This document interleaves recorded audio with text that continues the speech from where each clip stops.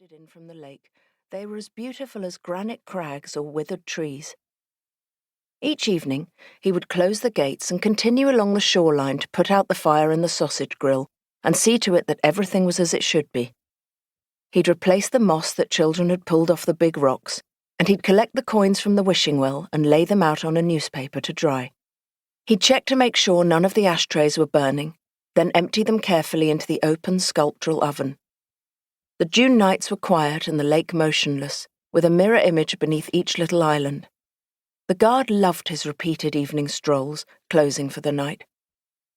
At the gate there was a smell of hay and fertilizer from the farms all around.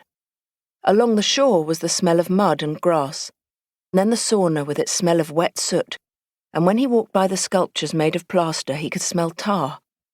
All of them were impregnated with tar to protect them from the rain. He'd helped to paint them himself. During the day he didn't notice the smells. He heard only voices and feet. The caretaker liked the evenings and nights.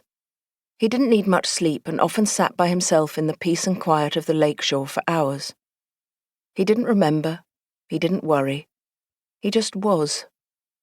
The only thing that troubled him was that the exhibition would close in the autumn. He'd grown used to it and couldn't imagine another kind of life. One evening he was making his rounds of the area as usual. He had closed the gates and everything should have been shipshape. Then he smelled smoke from something burning. He was beside himself. Fire! Something was on fire. Half stumbling, he tried to run, a few steps in one direction, a few in another, until he realized that the smoke was only coming from the sausage grill. Intruders had hidden somewhere on the property and had now begun grilling sausages down by the lake. Relief made him furious. He headed off across the lawn down towards the shoreline as fast as he could go, but he tried to walk quietly. Soon he heard voices, a man's and a woman's, and they were quarrelling. The caretaker snuck closer and looked at them. They were middle-aged adults who should have known better than to break the exhibition rules. The man looked pale. He was wearing an American shirt and had a salmon fly in his hat. The woman was rather fat and wearing an outfit printed with little flowers. They were grilling sausages and drinking beer, and they were arguing. The guard listened for a while. It was a perfectly ordinary domestic quarrel. Then he strode forward, struck the ground with his cane and shouted, "This is outrageous! You can't have a fire here after closing. It's absolutely forbidden. When we're closed, we're closed. What are you doing here?" "Good heavens," the woman said. "Albert, I told you we shouldn't." The man jumped up and was going to pour lake water on the grill, but the caretaker yelled, "Stop that! You'll crack the grill. It has to burn out by itself."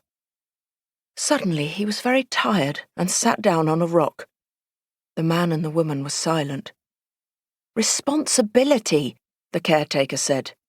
"Does the word mean anything to you? Do you know what it means?